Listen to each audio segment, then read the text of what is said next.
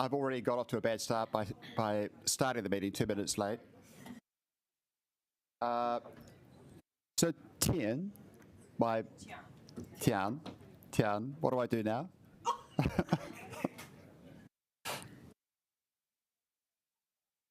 I just hand it over to Vida.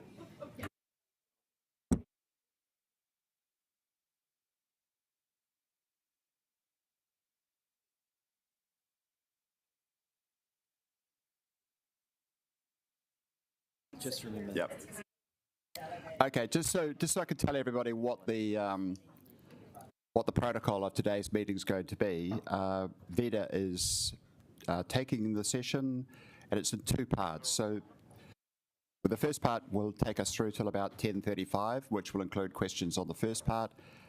And then the second part will be for the remainder of the time through to 11 o'clock. And Vida, am I right that the second part is more the sort of historic story, so that the first part is more what's ahead of us? So perhaps the first part will be the more interesting. Yeah. I might just introduce quickly, Mr. Chairman, and just provide a little bit of context. So welcome councillors and, of course, members of the public if they're online, and those in the gallery. Look, we've been working with Greater Wellington Regional Council for a number of years, as you all know, and we've done that via the Bike Network Plan. And the Bike Network Plan is an ambitious program that's been running for several years at WCC, and we're going to be able to share some of the progress with you later on in the presentation. But I suppose what we need to note is Greater Wellington now have a very ambitious bus plan in terms of bus priority, and a lot of the work we've been doing over the last couple of months is trying to understand what that program of work looks like and how we can help them. Now, we help them because we're of course the road controlling authority, and we run the corridors, the transport corridors in the city that aren't state highways. So we have been working with Greater Wellington on these projects. You know, we've been very much involved with them on the Karori Connections project in terms of bus stop rationalisation and speed, and of course Thornland as well, Molesworth and Murphy Street improvements. And as you all know, we had a result from the judicial review handed down last night, where we were supported by the judge, and that appeal was thrown out. That's the approach we're taking with all of our key corridors for the Bike Network Plan. This is a corridor-based approach to our road network, where bus, pedestrian and bike improvements are making the city safer and better for everyone. So as Mr. Chairman's already outlined, Vida will lead the presentation. There's 2 segments to it. There's question times available. We only have an hour, but I understand there might be a bit of flexibility in that after. And I'll let Vida please introduce the Greater Wellington staff here as well. Thank you. Yeah, kia ora koutou, and yeah, it's quite exciting to bring this today and show you an update on the work that we're doing looking forward, but also reflect back on the last 3 years and the work we've done. I've got Bonnie here from Greater Wellington, and also Tim. So Bonnie is the network manager and Tim is the commercial strategy investment manager at Greater Wellington. So we've been working really closely the last month, trying to think about how our joint program of work looks for the next 3 to 10 years post Let's Get Wellington Moving. So I'm going to crack straight into it, as I want there to be as much time as possible for questions for us all. So the Rapid Transit Bus Program for Wellington City, and then also the Central City Upgrades Program, focus primarily on the first 3 years at this stage, looking at at bus priority and key Central City connections is what we're proposing for people on foot and bike, as well as ensuring good connectivity and reliability for our buses. We'll be looking at linking existing projects as well, looking at creating a second bus spine and connecting the station to Oriental Bay as per an amendment from the Environment and Infrastructure Committee back in November, and we'll also be exploring the Cuba Street changes as part of this program of work. With Let's Get Wellington Moving's disestablishment, the City Streets program was sent back to Wellington City for the road changes, and the service changes were returned back to Greater Wellington. So we've been working together. We've put in an NLTP bid last week for a joint program of work, and I'll get into more detail of that in a minute. One of the key reflections back to some of the City Streets work was that we managed to progress those projects quite far into business case. So we've got a really good basis for the work going forward, but they were hitting the same roadblock that they were just looking at a corridor level in the central city, which is extremely complex, and we're hitting network problems. So that's one of the things that we're proposing to address to start with. Regional Council are doing a similar presentation for their councillors tomorrow, and this is looking at a regional level. They will be working on a regional bus network strategic plan, and we will be working with them on the Wellington part of that. Priority action plan. Yeah, that was the joint piece of work back in 2019, I think it was. The draft was endorsed. And they're indicating that also the Wellington City parts of that program will be the ones which are most urgent, or the ones at the front of the prioritisation. At a Wellington City scale, we are proposing to work on this Wellington City transport plan. I've spoken to you about it before. One of the key things is we have a lot of plans for how each mode works, but we don't necessarily have a connected plan where they're all laid over each other. So we end up in a bit of a street fight often, where there's competing priorities for space, and we're trying to do everything everywhere. So what we're working towards, and this was in the email we sent last week, is actually developing a plan which has all of those modes and the functions required within our street space to create a way forward, or a blueprint for how we move forward when we're looking at individual projects on streets, but then understand that network level, which I just talked about.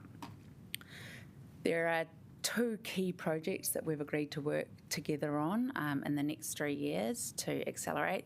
The first being the second parallel set of bus priority to the Golden Mile. We know that capacity is reaching the top in the Golden Mile. We know that there is, therefore delays as well with congestion happening along the Golden Mile, and we also know that as we move forward into Golden Mile construction, we need to have a really good mitigation plan for that and have a place where those buses can go. So we're trying to do some of the pre-work there, and we will be, the plan is to do that in a relatively accelerated process to start with, so that we can get prepared for that. So we'll be using this process where we've got around 3 to 4 months of discovery, then we're moving into design and consultation. We will have the same always-on approach that we've been using in the last few years, and we will make sure that there are frequent joint councillor updates. We need to work with the DEM services to try and get them as frequent as possible. The second project which we're proposing to move forward in parallel with doing the network plan for the central city and those smaller projects is the Eastern Corridor. And so this is looking at the number 2 bus route and out to the east, and doing much as we've done between the city and Karori, increasing the capacity and improving the corridor for buses, and particularly for articulated buses, which Greater Wellington is looking to employ on that route. We're in the process of developing the teams to work together, and these are some of the sort of the strategic approach and messaging which Greater Wellington are working with their councillors on. We are looking to align ourselves with the GPS. We've got this 50-50 partnership around these key projects, which are both priorities for both councils. We want to look for these quick wins to start with, and then we also need to understand as we move on what the longer term vision is for those projects. So when we look at how we're going to work together, Greater Wellington is looking at a regional level, but will work with us on these key projects in the central city, and we will also be working on, of course, the Golden Mile and our city transport plan. So there's some of it's together and some of it's separate, but we're going to be continuing to work really closely together. And the funding has been agreed at this stage.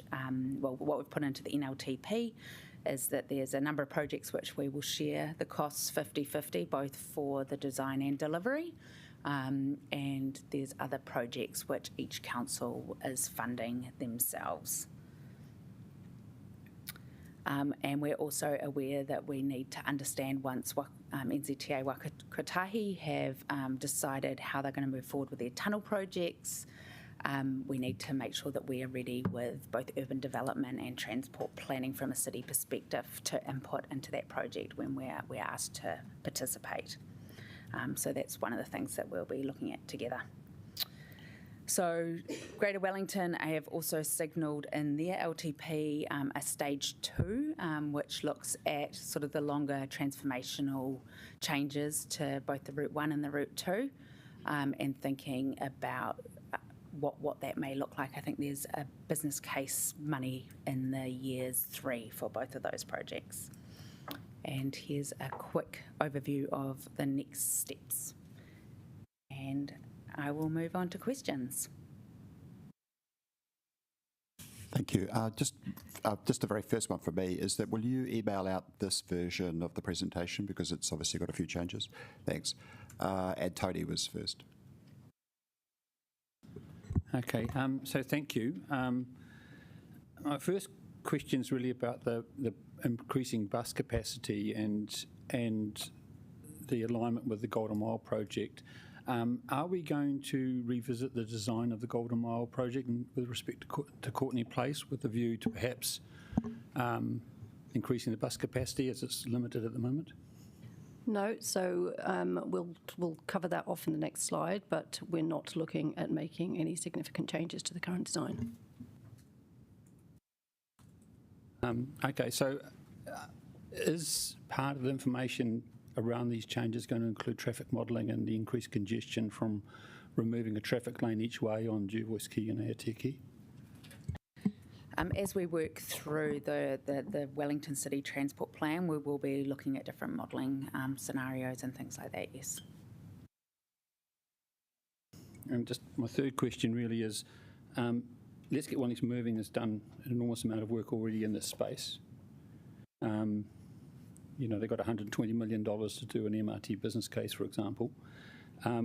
Is that information going to be shared with councillors and or the public? Well, most of it has been shared already, so what's available. We've now got the Let's Get Welly Moving websites being shut down, so we're just transitioning over to our own website and having that information available.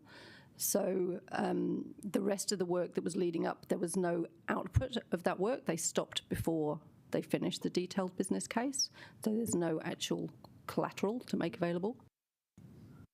So, I mean,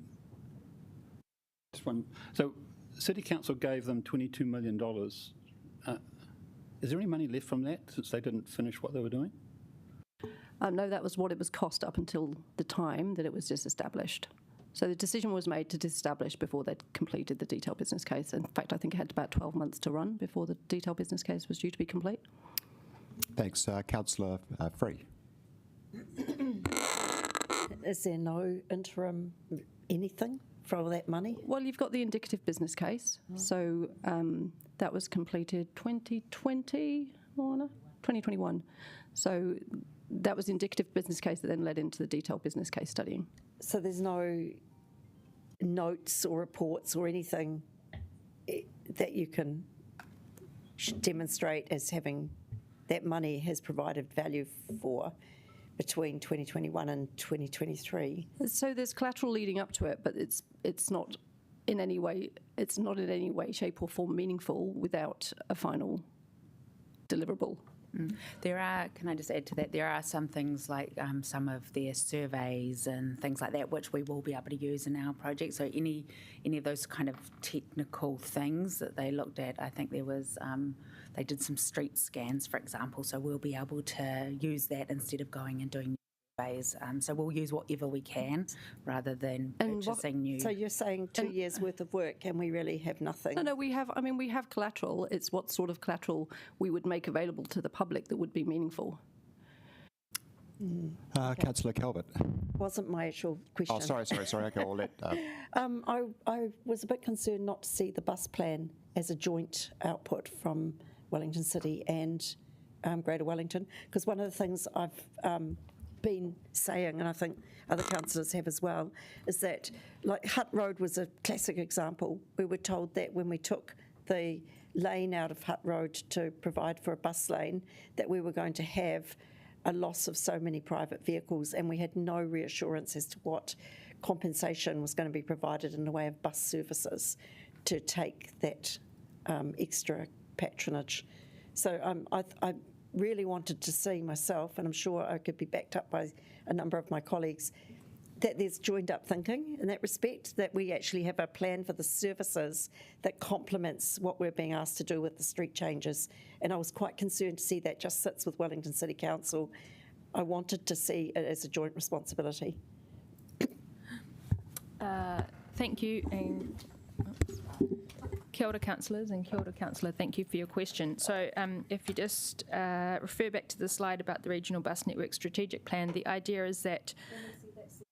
Just so I make sure that Yep. I know what I'm talking about. I think it was the second. Yeah, it was the one that had the boxes. No, not that. So what Not our even that intention one. there is to do, the reason that we wish to own this is that we want to take a look across the region, which means working with all TAs around I see the slide that I was talking about was actually one that had boxes going horizontally.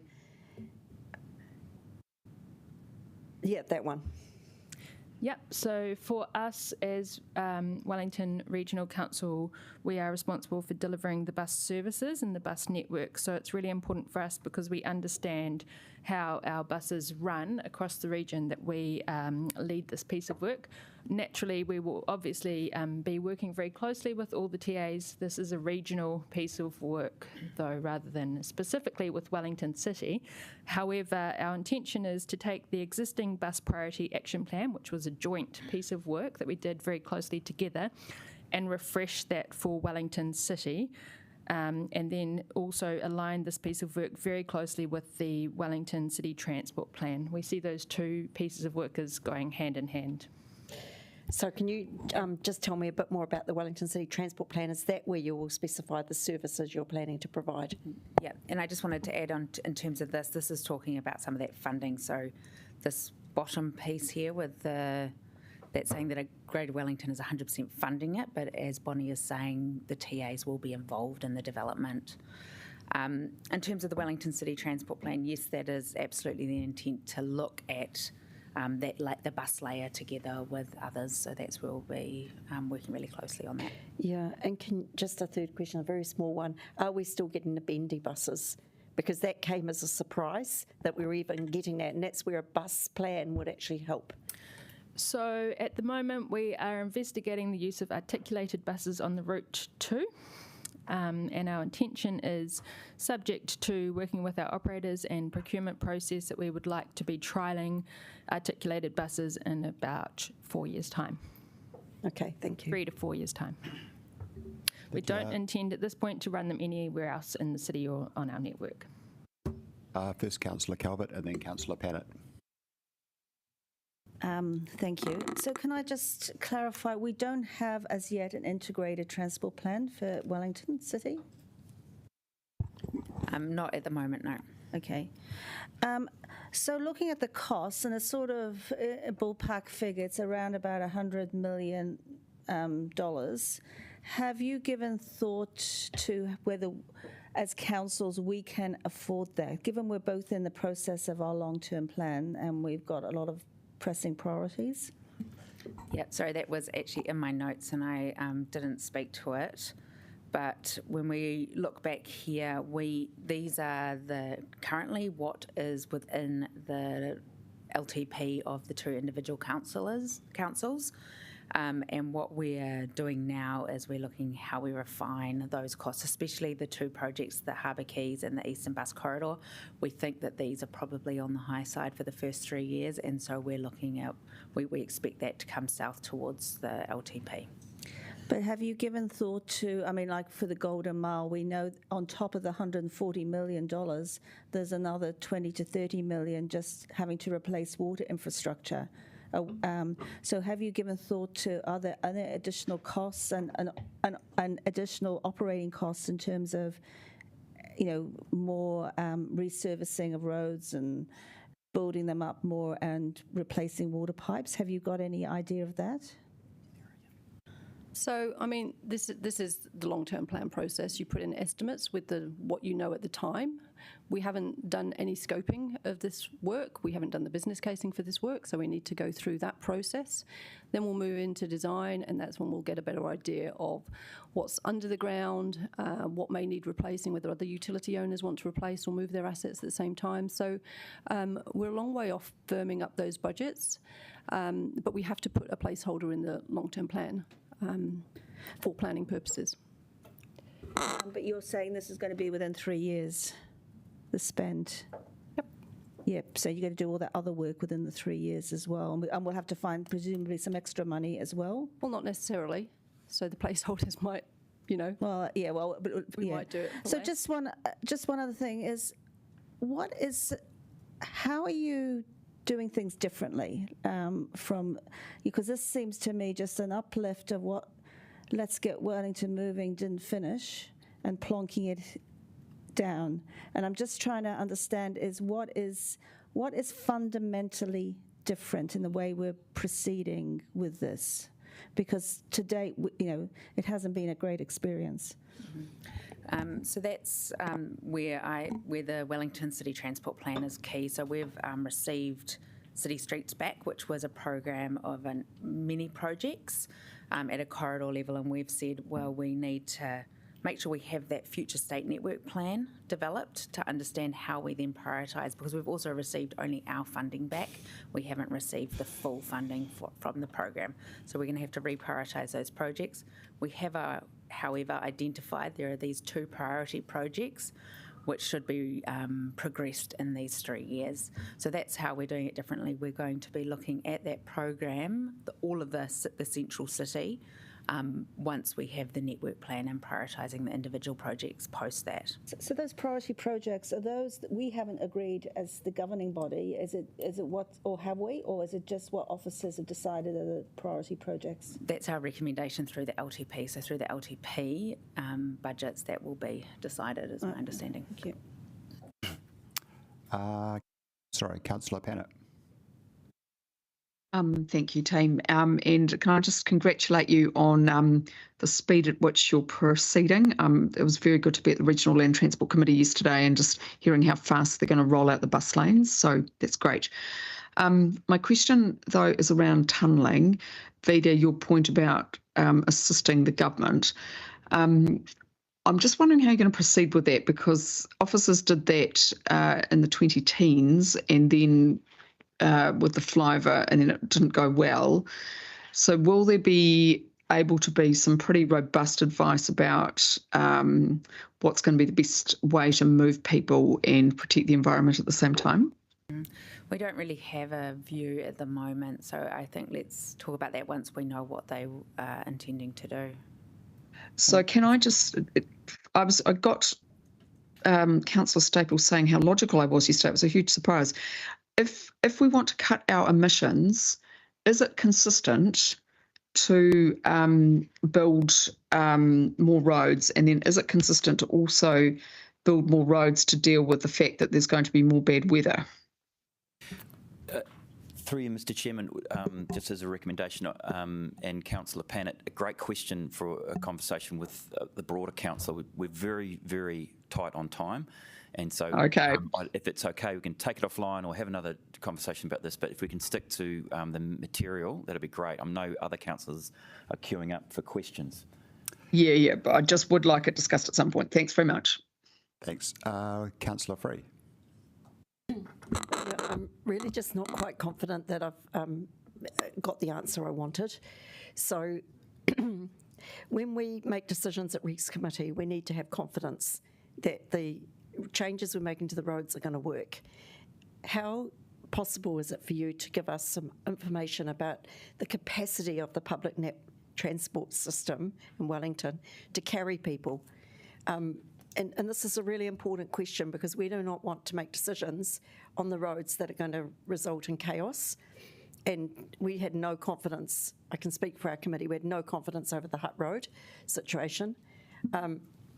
So can we please have your projected bus services going, say, in the next 3 to 10 years, like obviously more certainty in the close up and, wish list and with the numbers that you can carry in the for example, the Golden Mile, for example, the second spine, for example, Hutt Road, for example, coming in from the east, coming in from the west.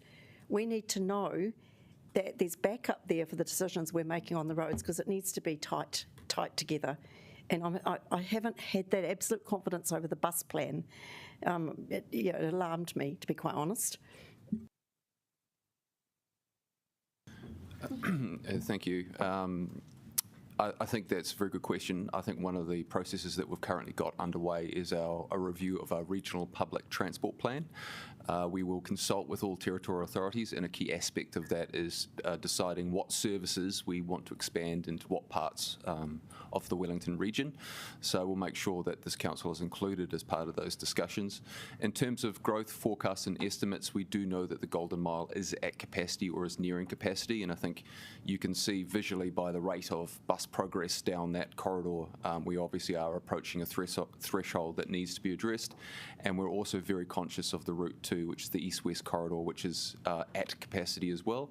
So it's very clear from our perspective it's a priority to increase the number of services along those corridors. We can provide some growth projections of how many additional services we're intending to put down those corridors.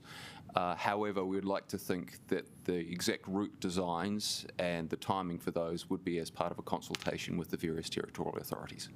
It would legally need to be. Just on that matter, it was reported that the changes to the Golden Mile are actually going to reduce the capacity of the Golden Mile. The changes down Lambton Quay, which are proposed, are actually going to reduce bus capacity. Now, I believe that was a mistake, but that was what was said. Can you please comment on that? I don't believe that's correct, no. We do, as Tim was saying, we do have a capacity issue in terms of the number of buses that we can put down the Golden Mile. That is one of the reasons also why, particularly for the Route 2, where we can't run double deckers, that the only way that we can provide more space for passengers is by running bigger buses. That's not a decision we do make lightly, but in terms of creating more capacity, it's a matrix of number of vehicles and vehicle size, so it's a little bit more complex than just the number of buses that we can run in a corridor. And then there's also the question about where the services go. So one of the reasons we're very keen on having buses on the second spine is it means we can put more buses through the city, which is really important in terms of providing more capacity, being able to run more buses, which we just can't fit in the Golden Mile. So will the changes that we are talking about making on the Golden Mile increase the bus capacity? Because I believe that we've been told they will. It should. So the idea of capacity is also complicated because capacity is about the number of buses that you can run and how long it takes to run. So the quicker the buses can get through, the more buses we can put through. So the idea is that if you do things like have less stops and less buses, that they can get through the city quicker because they're not stopping as often. That means, therefore, we can put more buses through the Golden Mile. That said, there is a limit. As you know, there's only so much space in Lambton Quay, Willis Street, and on Courtney Place for us to put buses.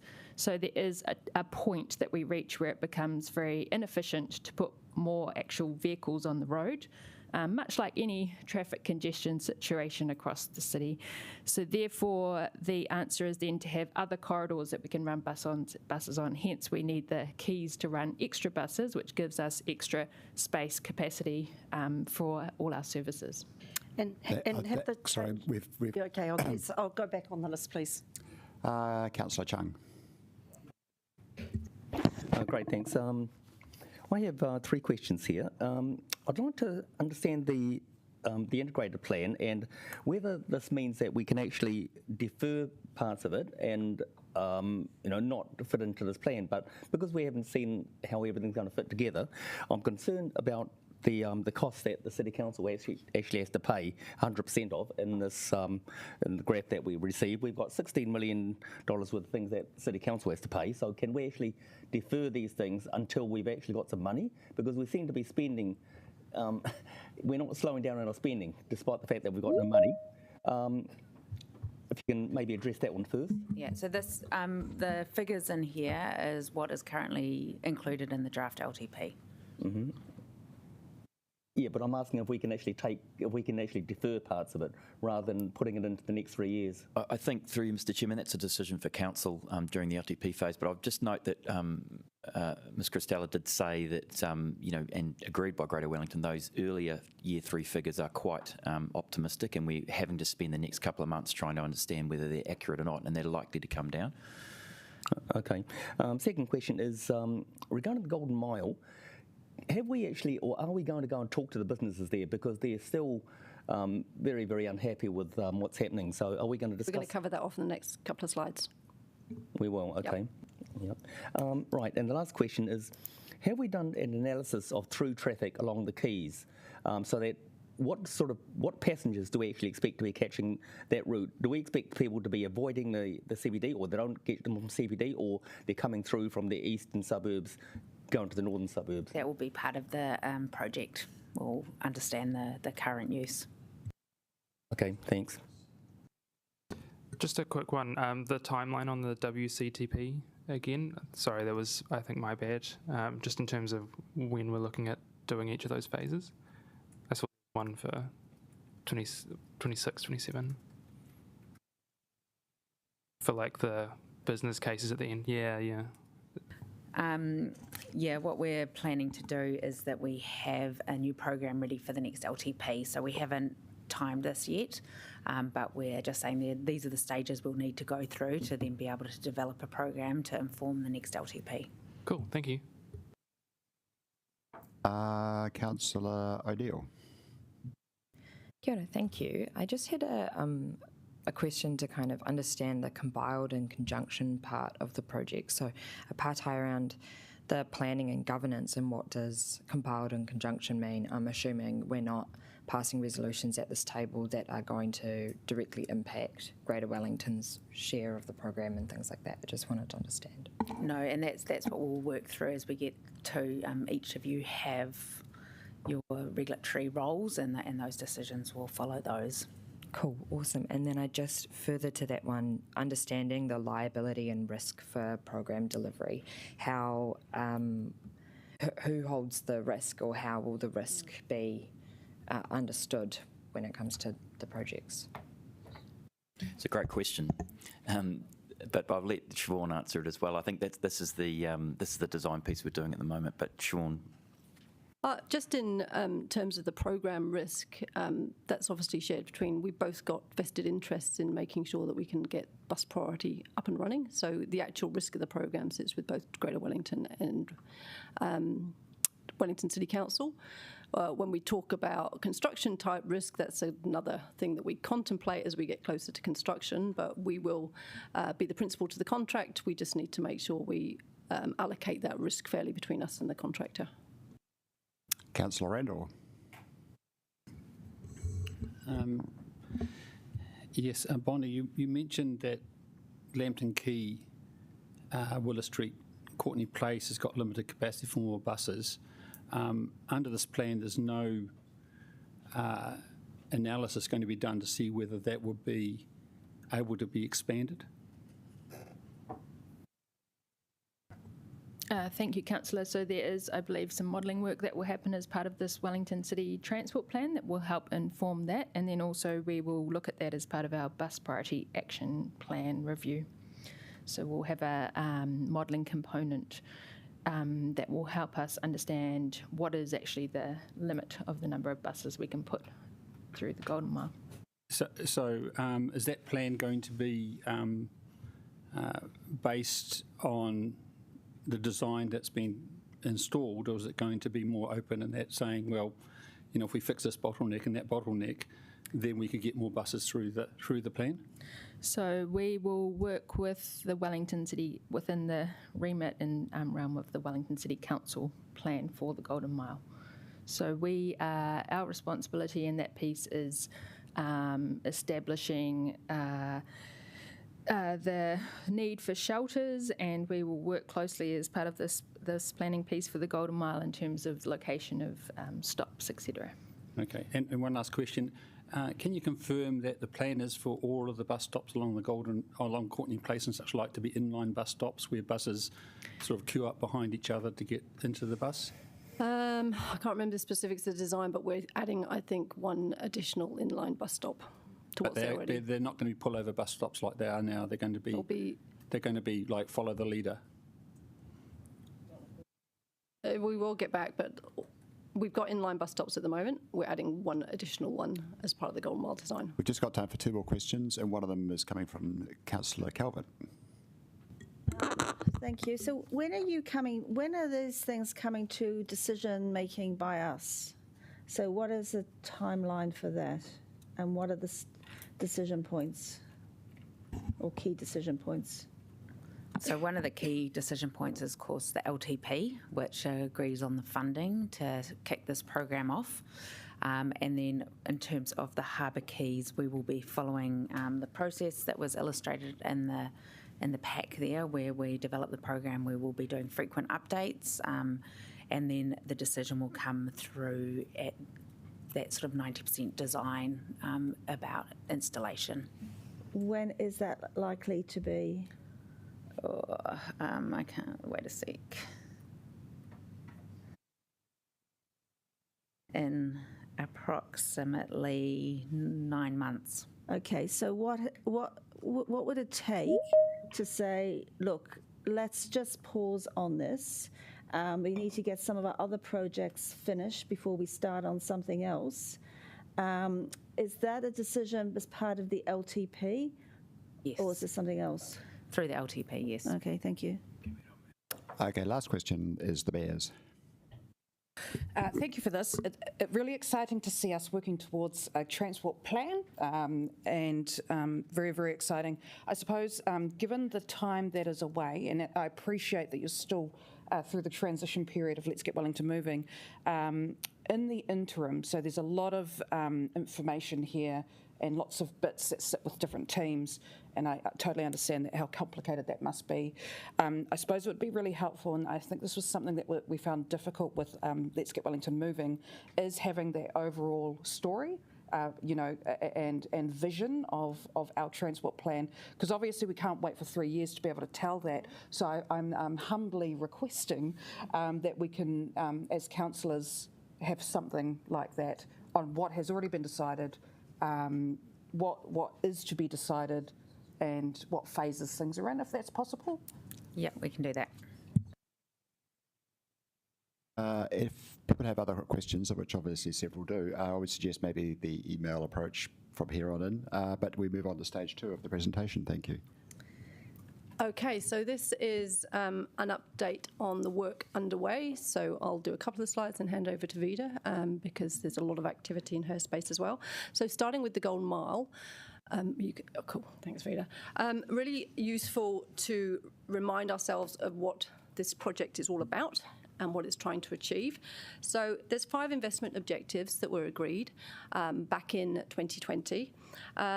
Improved reliability and efficiency of public transport, improved public transport customer experience, improved customer safety, more pedestrian space, and improved placemaking leading to a vibrant central city. So that's what this project is all about. And back in 2020, there was extensive engagement undertaken. We had over 2,000 responses to that, and over 60% of the respondents came back and said they were in favour of what we called then the transform option. So the transform option was the option which provided improved bus reliability and efficiency, more pedestrian space, so looking to increase the footpath space by up to 75%, and most importantly, this improved placemaking. So we're really trying to create a sense of vibrancy in the central city, give the Golden Mile a well-needed revamp and facelift, and make it a place, a destination where people want to come and spend time. And that increased footpath space is obviously going to lead to more outdoor dining, more hospitality, and in the case of Lambton Quay, more opportunity to activate those spaces for events. Just have the next slide. So what's been happening? So since the disestablishment of Let's Get Welly Moving. We have been working to transition the Golden Mile into Wellington City Council. That actually went live on March the 11th. So from that point, we could actively recruit for the positions we couldn't transfer over from Let's Get Welly Moving. So we've had a lot of activity and focus on setting up a really good project team to deliver this project. That project team's now largely in place. There's a few more positions we need to recruit for, but it's largely in place, and they're very much focused on a 6-week sprint. So this 6-week sprint is going to look, we're currently at 80% design. We need to take that to 100% design, and we really do need to take it to 100% design before we contract for construction. The risks of not doing that, I would suggest, would be too high. So we are going to move the design from 80% to 100%, make sure that we value engineered that so that we can come to you and provide you assurance that we can deliver this project within budget, and to ensure that we can actually achieve those project objectives that I outlined earlier. So there's also the basic setting up project controls, governance reporting, and we've also had to restart the early contractor involvement. So early contractor involvement is where we engage a contractor. In this case, it's Brian Perry Civil and JFC. They were engaged previously under Let's Get Welly Moving, and what we do is we engage them at the late stages of design so that they actually can come and bring some really practical suggestions around how we can construct. And it's a really proven method to actually make sure that we can get the value out of the design, that what has been designed can be implemented effectively. So that's restarted, and that will be part of this 6-week sprint. And then once we've completed that design, we can then move into looking at contracting in for physical works. Alongside that, we've got staging plan is also being prepared, so this is really, really important. It's really important to know what we're doing when. So alongside this design completion, we're going to be doing the staging plan. And the reason why the staging plan is important is because of business disruption. So we know there are a lot of businesses which will be impacted along Golden Mile by these works. They will also benefit from the result of these works once it's complete. But in the meantime, we need to make sure that we can minimise that disruption. So having a well set out staging plan will provide us the means to be able to communicate what's going to happen when to these businesses so that they can prepare accordingly. And associated with that is this business and resident engagement approach. So we're really resetting the approach we take with businesses. We're acutely aware of the need to do this, and we are working at pace to come up with a new engagement strategy, and that includes setting up a business advisory group. So this will be led by the Mayor, and as I understand that, the details of these are being finalised. We're expecting letters to go out to businesses inviting them to be part of this group within the next couple of weeks, and we're planning to bring to start wider engagement with the Courtenay Place end, which is the end that we've decided we're going to start first. So we're going to complete Courtenay Place and then move into Lambton Quay. We're going to start engaging with those businesses within the next few weeks. Thorndon Quay, Hutt Road. So I had the pleasure of attending the blessing of the Po on the roundabout. So if you've seen the Po on the roundabout, they're absolutely beautiful. We had a blessing at 3 a.m. yesterday. So for anyone who encountered me or the rest of the team during the day, we were very grumpy, so apologies for that. But it was a beautiful ceremony. And I'm very pleased to announce that Aotearoa roundabout was completed on time and on budget. We don't get to see that very often, so I'll just pause. So to find cost savings as part of the LTP process, to find cost savings that we could reallocate into increased water investment, we were asked to investigate what it would take to not progress the Hutt Road portion. So we are progressing with that and talking to the contractors about that, and that's been included in the long-term plan consultation, so there'll be a decision made on that via the long-term plan decision making in June, and we have advised all of those submitters that submitted on the traffic resolution that went out in late 2023 that it is part of the consultation, and decisions will be made in a month or so of that.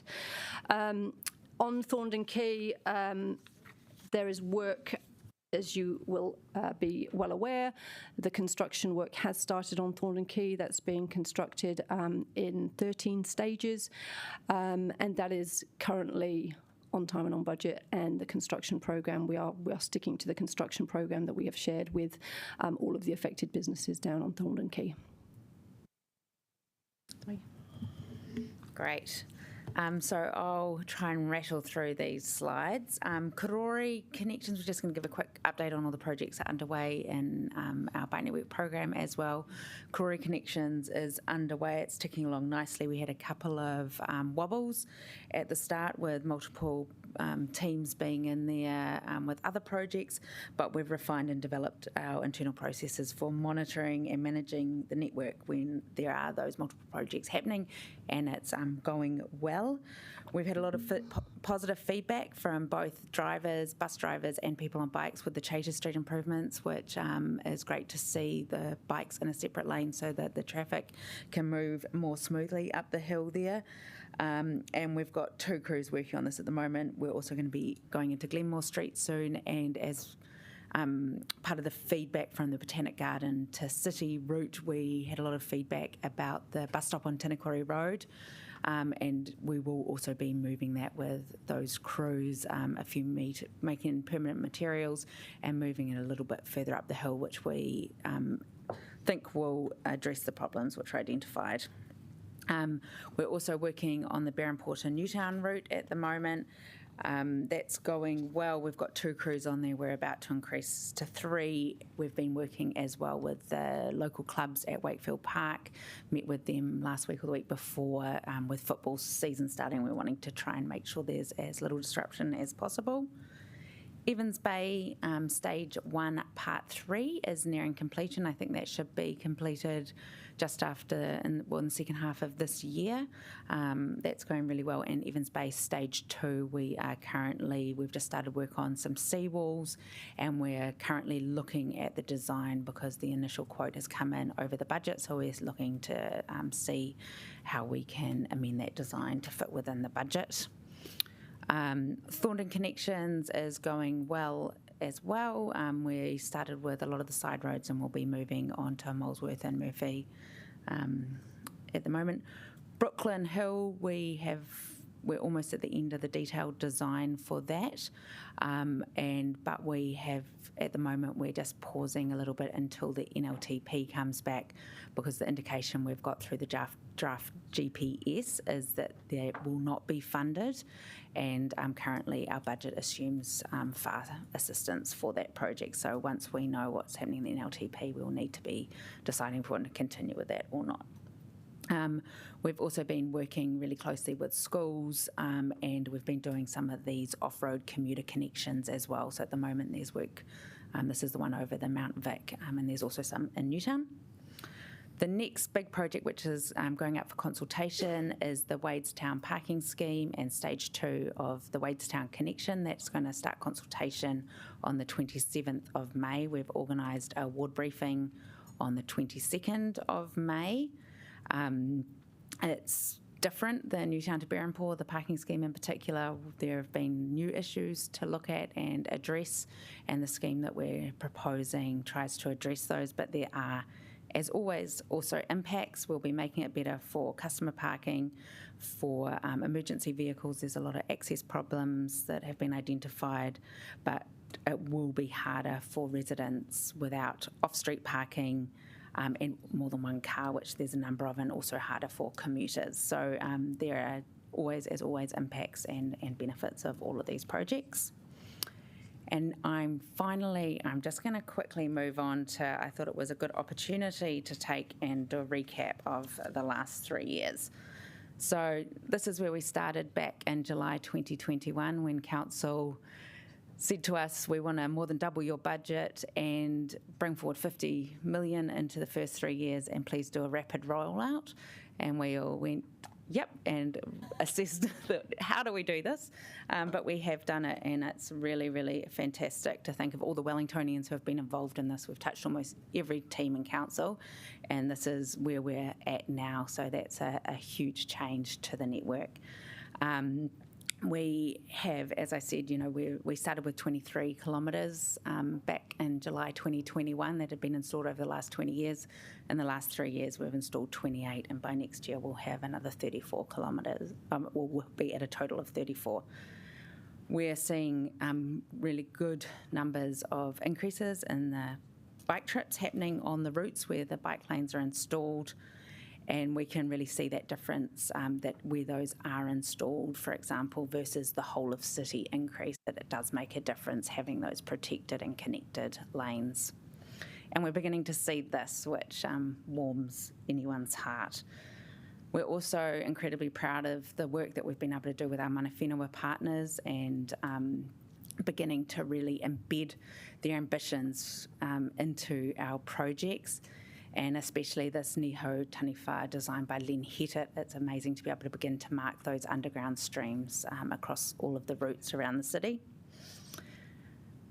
We've been doing a whole lot of improvements for buses at the same time. We've doubled the number of bus lanes in the city in the last 3 years, going from 4 to 8 across the city. And this is work that as we're talking about, we're going to really continue and focus on in the next 3 years together with Greater Wellington.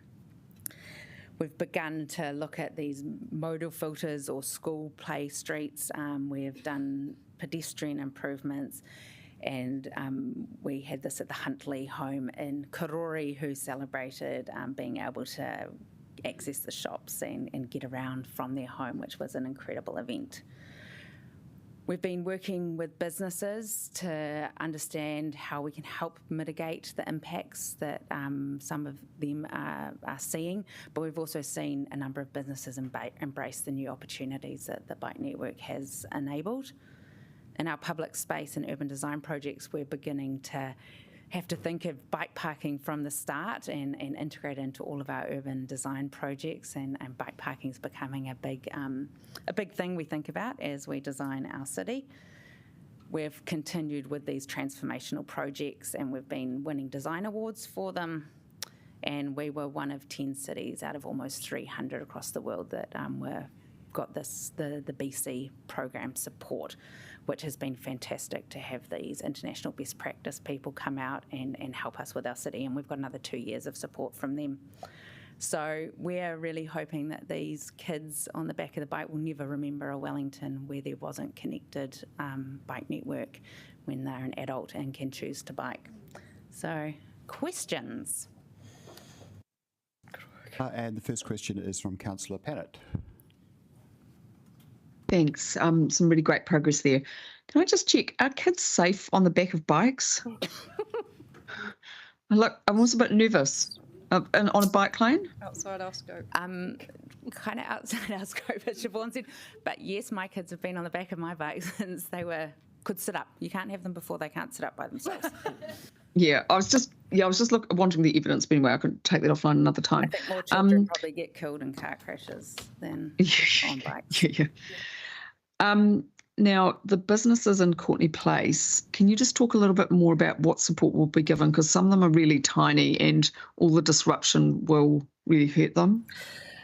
So the business support package that the team had put together as part of the Let's Get Welly Moving includes things like one-to-one support with a business support manager, business advisory, support with wayfaring when construction is underway, additional marketing support, online marketing, etc. So that's part of that business support package, which I think was presented about 12 months ago probably, but that'll be the cornerstone of the packages that we can and the support we can offer them through the construction period.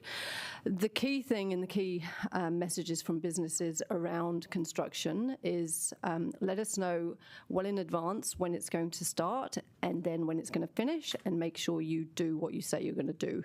So that's of critical importance when we're constructing in order to minimise disruption. You can't get away from disrupting businesses when you do major streetscape upgrades, but we've got to minimise it as much as we can. Okay, thanks. And then just the last question, the bus stops, as you know, I'm really, really concerned about the removal of the ones on the Golden Mile, but also just generally around the city. Is there any room to keep them? in short, no. You've made decisions on the design. You made decisions on the design in June last year. That design includes the removal of those bus stops for the reasons that were given at the time. So we will be proceeding with that. Thanks. Councillor Calvert. Thank you. So all that business support stuff, where was that for Thorndon Quay? So that has been offered to Thorndon Quay. So they have been offered that. But how well did it work? I don't know if it's been taken up by a lot of businesses in Thorndon Quay. Did you think about why they may, if they haven't taken it up, why not? Because, I mean, obviously it would inform any other thing that we offer for other work. So we've been taking feedback, as you know, as Thorndon Quay has progressed. We take feedback and we address it as we go.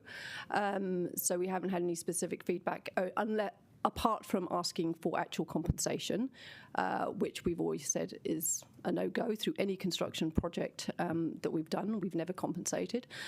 So we're more than open to take that feedback, and we have been responding to that feedback quite proactively as it comes in. Okay. And so, look, I lovely pictures of the bike project stuff, but it was I felt it was quite one-sided, because you can always present a positive aspect, but one of the things is I think it's really important when we're making decisions going forward, we have warts and all as well.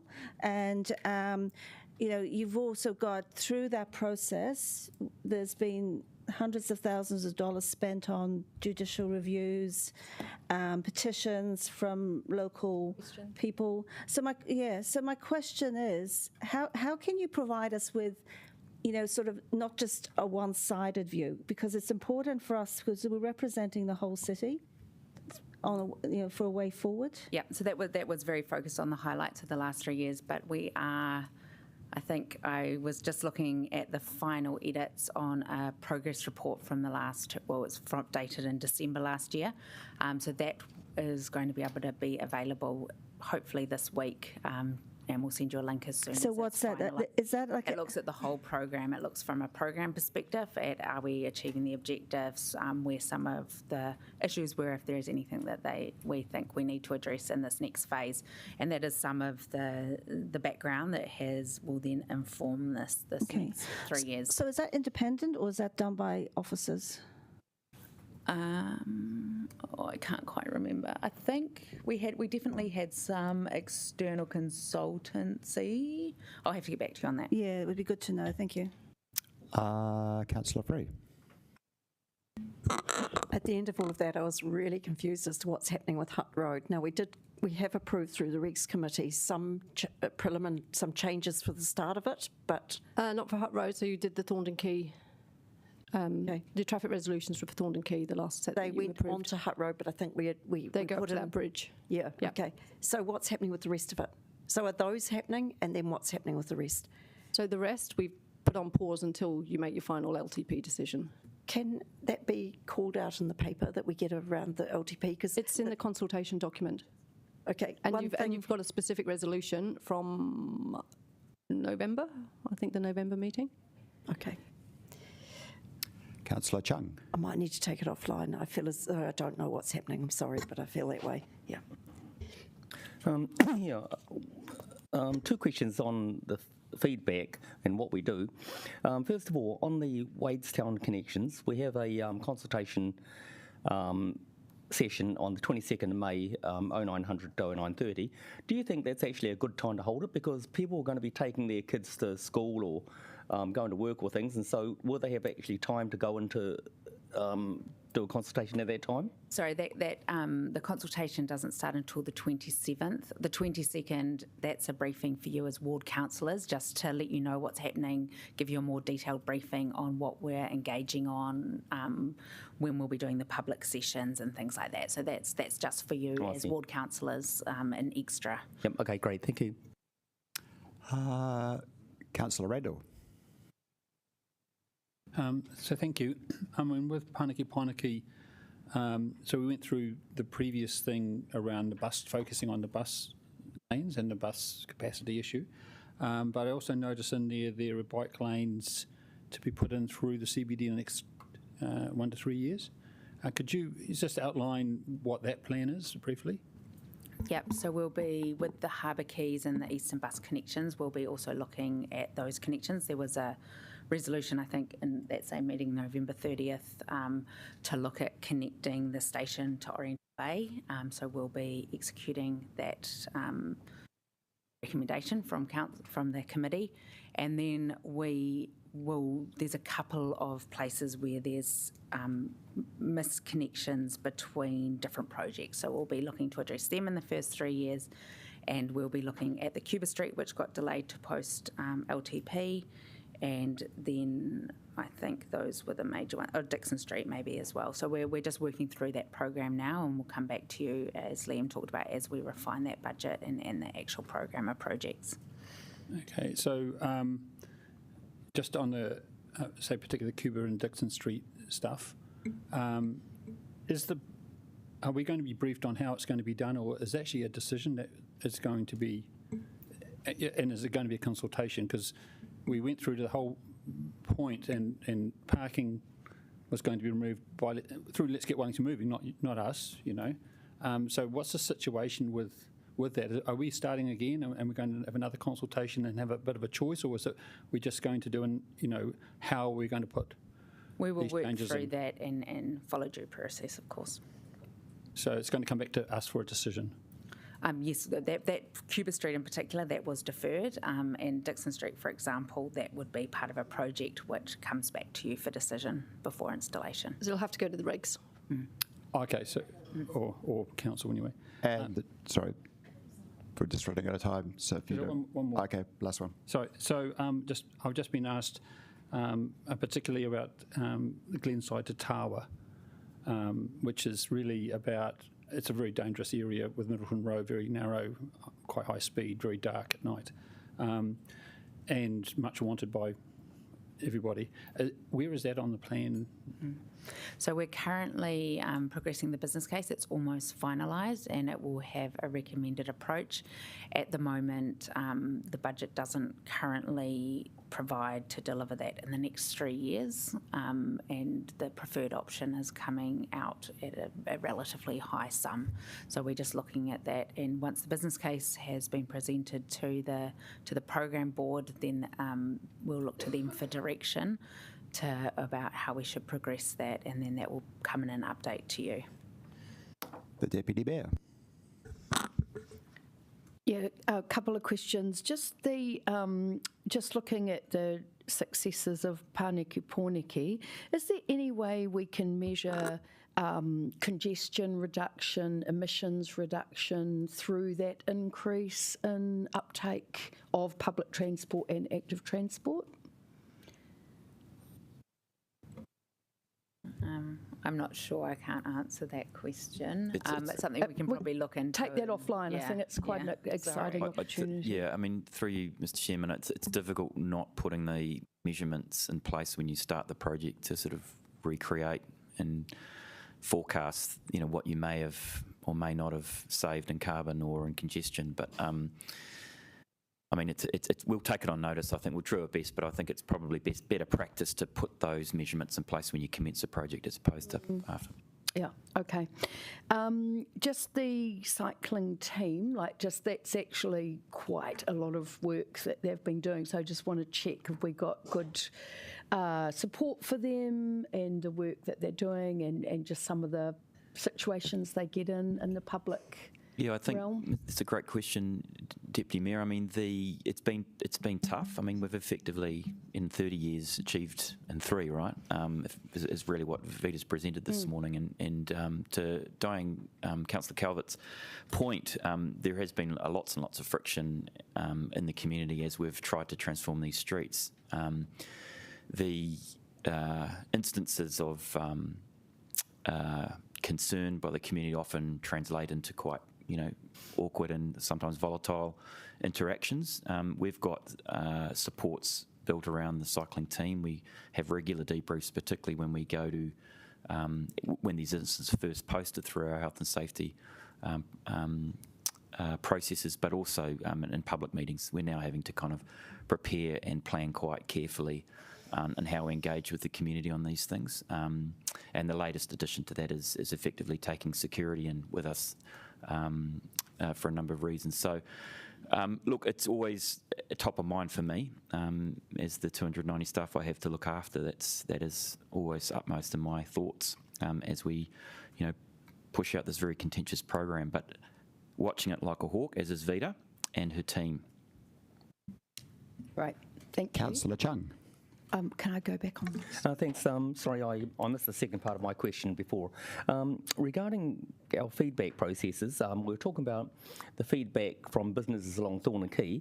I went to see 6 businesses there, and all 6 of them said that they've never had any contact from the council at all. So I talked to not only the people who are working there, but also the owners, because they put me in touch with the owners if they're not actually available. So I think that how we're doing the feedback is if we're asking people to call in or to come to a session or whatever, that's actually not getting through. So can we actually look at that? So I can just answer that, Councillor Chung.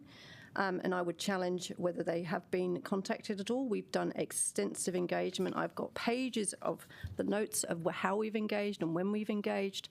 So I'd be more than happy to take the names of those businesses and we can check when we have engaged with them. But I'm absolutely confident that we have engaged with every ground floor business along Thorndon Quay. But yeah, happy to take those names. Okay, if you can get those to me, I'll appreciate that. Thanks. If you can provide me with the names of the businesses you've spoken to, we can check to see when we've contacted them. Okay, I'll do that. Councillor Wadera, we're running out of time, so we've just got 2 more to go. Nico, you've got a question? Yeah, just wondering if you could briefly speak to what's planned for Cuba Street as part of these improvements. We haven't really got to that detail yet. We're moving at pace to try and make sure that there's a really clear program there for the LTP. But there has been, there's been almost 2 years of engagement with the businesses on that street, and then there was a consulted on the traffic resolution, but the funding wasn't ready to be used prior to this LTP, so that's why it's rolled over into this program.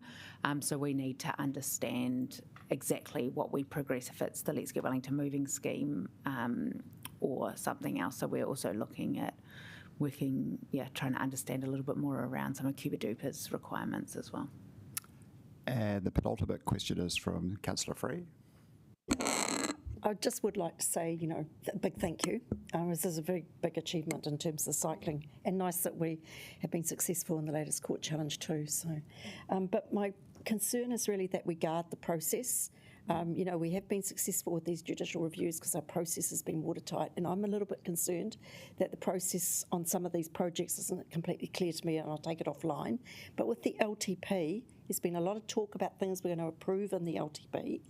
I would really ask that is crystal clear, that we know when we're approving some of these things like Cuba Street, funding for things, that it's not just buried. No, the LTP approval process is to approve that placeholder as a budget essentially and approve that intent to carry on with that project. Our process and our investment delivery framework process that we follow, for significant projects, we have to develop a business case, we have to do options analysis. That's the process that keeps us safe in a JR process, because that's what's required under the Local Government Act. It requires us to consult on those options. So we have a whole process that flows from approval in the LTP. And I do appreciate that, but there's also the democratic process, which was mentioned in the judgment as well, and that has to be watertight. So I'm just asking that it's completely clear. Thank you. Yeah, Councillor, I think I understand through you, Mr. Chairman. I mean, when we present the post-LTP deliberations for your decision-making, we'll highlight quite clearly in the report as that tranche of funding which projects are actually sitting there. And the final question goes to the Deputy Mayor. Okay. One is a quick one. Are we still working with Wellington NZ on any Golden Mile improvements? Yes. So they're the ones who are actually administering that business support package. Right. And just secondly, just around the budget for Pāniki Pōneke, we've gone out with a reduction on 85 million. Are we still super comfortable that we can reach the safety level that we need to keep the bike plan safe? So the Paniki Poniki budget, or the Bike Network Plan budget, that excludes the central city. So we've almost completed now the inner ring of suburbs, and we're moving into some of the outer projects. So that budget in year one, we have got fully funded projects except for Brooklyn. From year two on, we have assumed FAR funding, but we will not know if we're successful to get that FAR funding until September when the NLTP is announced. So that if there are any changes that need to be done, that should be done after that time. So as an annual plan amendment or in the next LTP. Thank you very much. Well, we're only 11 minutes over time. And I think there were a few extra questions, so I guess that the easiest thing is for people who have questions just to email them through to Vida. Thanks.